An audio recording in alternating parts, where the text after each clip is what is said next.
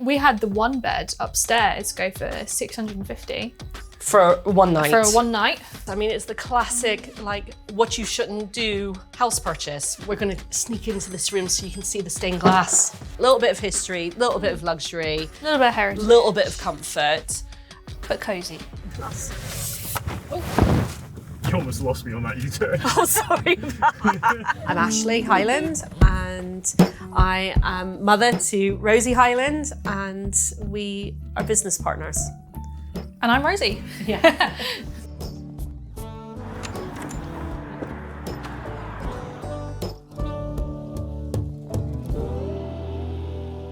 We are at Terminus Road, one of our very famous Brighton flats. We took this over a little while ago and we're so happy with how beautiful it is. So we pay £1,000 a month for the rent, about £350 for our bills here. For the last 5 months, it's been 100% at about £85 to £90 a night. But then in the summer, it can get as much as £250 and £275 a night. How much of the work did you do yourself? All of it. All of You did it. all the work yourself? Yeah. All of it, yeah. Because we've got 30 years in looking after historical buildings. Yeah. I was 22 or 23 when I took on my first property. It was a wreck. The people had nailed the windows shut and there was a tree growing through one of the rooms. And we bought it for our first house. I mean, it's the classic, what you shouldn't do house purchase when you're young. We gutted it, we learned what to do. And what we did was we turned it into a HMO, but we lived there. Then we had students live with us. We had art students. We sold it and we flipped it. It was fast. We made a lot of money and the students paid for the refurb. Because I came here as an American, I came here without many of the support systems that are in place for other people. And I ended up living in a barn for a while. We were given a room in a barn that had a door on it, and we'd spent all of our money. And we were at the point that we actually went and stood in front of the museum, and there was a soup kitchen there, and asked, what do you do when you run out of money? And so we were so close to the line. I think you have to push and push sometimes and just have faith that you're going to get over that hump, you're going to get over that line. If you have a little look at this bedroom, the artwork is all Ashley's in this room. And you'll see that throughout most of the flat as well. And she's a Vogue featured artist, which you don't talk about enough. No. So we've been told quite a few times that it's like coming to stay in a small gallery or in a small museum. A little bit of history, a little bit of luxury, A little bit of heritage, a little bit of comfort. but cozy. We've worked together officially since February 2024. That's when I left my full-time corporate job. So I started work straight out of COVID when I was 16. While I was doing that, I actually got poached to go and work as a front of house manager. Also, that's where I got the money for our first project, our first service accommodation unit. I'd already put some money in, and then Rosie said, and I'll do my first deal. Because I said, it's not worth doing this unless we work out where we get the money for our first deal. So Rosie actually put the money in for our first deal. Yeah. With that flat, there was sewage leaking into the unit below. So that was an issue. We got that fixed. Yeah, we got that fixed. So through doing that job, we found out that the management agents were actually suing the landlord for doing Airbnb and for letting it to another tenant before us when they weren't legally allowed to. It was leaking from the kitchen through the beams of the historical building into the commercial unit below, which was suing the landlady as well. So everyone was suing everyone. And in the middle of all of that, I went round to the landlady's house, knocked on her door and stood there until she found a copy of the head lease so that I could read it for myself. It wasn't allowed to be let to anyone unless the owner of the property, the freeholder, gave permission and approved the person, and only then for 6 months at a time. So it meant that our contract was then not legal. So we had two options then, didn't we? We could either stay illegally and hope it all worked out, or we could go. And the Academy helped us with writing a notice of breach of contract And within that 4 days, we rehoused the person who was in there. And that's how we finished our first project. Yeah. We were about $1.5 grand down. How much did you put in? Because Rosie invested in that first That was my apartment. first investment project. I put in 8K. It was painful. We're off to the building that we have apartments in.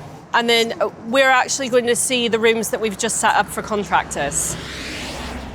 We have a friend who has a shop and I went to see them. He just said to me one day, he said, Ashley, I've got to tell you, I've got this problem. I've got this flat and I don't know what to do with it. And I was just like, well, you know, I've been really busy. He said, yeah, I know you're always doing your art projects. And I said, no, I've been learning property. And he showed it to me. It was this beautiful flat.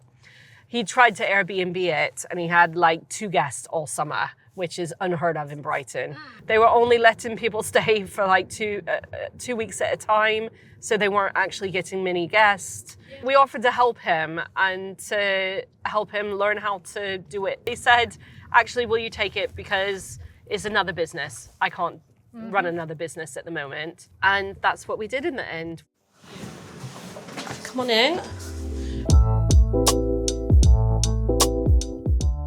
So this building has apartments in it, but also it has 4 rooms.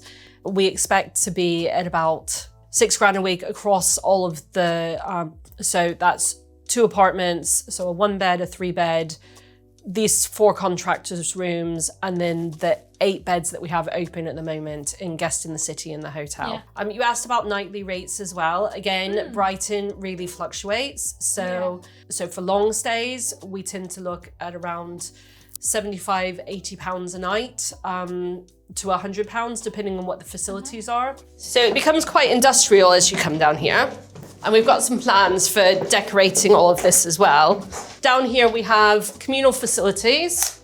And then through here, then we've got this room that's going to be like a breakout space for contractors. It's got a projector in it. A cinema projector, so they can watch all Friday night movies with the lads. So this building and the hotel, they run as the same brand and the same business. So that's where we keep the figures for both of them combined, which has been really useful actually, because it means that we've been able to transfer guests over and make sure that everyone stays really happy. So in 10 weeks, we've almost hit VAT. We're at 85 turnover. Yeah, 85,000. Through the channel managers. Yeah, and that's through we the have channel taken direct managers. bookings. That's true. That's outside of our direct bookings. So we probably are very close to VAT, or if we haven't just eked over VAT in the 10 weeks. We'll go over in a week or 2. Yeah. We have the apartments and we have the whole building. Yeah. Even though this building's been converted in a very modern way, these rooms, they've been used as student accommodation. They've been used in a hostel sort of way before. Yeah. And they were very, very cheap when we took them on because it came full of bookings. Yeah. We had to work our way through the bookings and make our band list rather than just close it and cancel. Because a lot of the people in between the ones that were questionable, They were lovely. it's not fair to put people in a place where they don't have a bed when they've booked in advance. We've had someone who, they were scammed out of a room. They'd booked on booking.com, turned up, the place didn't exist. So they called us at 11 o'clock at night. She's an NHS worker, so she was going to stay for the week. And she called us, she's like, I can't pay you today, but I'm getting paid on Friday. And I would like to stay until Friday. Here's what happened. Will you help me? We said, yes, come and stay. We will help you. Is it easier working with family members than? Yeah, Yes. so much easier. Yes, that is definitely true, isn't it? I think so, yeah. We have a lot of practices because of home education working together though as well. That's true. Years and years and years and years of working it out. And there's the sea! And then we are just down here. Welcome in. It's a 9-bedroom hotel and we've got 8 functioning rooms at the minute. And then one that we've got a project for. I think we're going to turn it into linen storage so that we can open up the office into potentially another bedroom. But this is one of the communal areas that used to be a 1-bedroom flat. But when we took it over, it was up to here in laundry delivery service. It was so bad, it was awful. And my dad, bless him, he would have to like take a scraper, scrape all the grease, all the like muck off of this kitchen because it hadn't been used in so long. And when it had been used, it's been disused. But not anymore. We've got lovely people who are in for long term that treat you very nicely. Hello. Lindsay, hello. Hello. How are we doing? Autumn decorations. We're good. Yeah. I'm good. Yeah, I'm gonna close the door on you. Okay.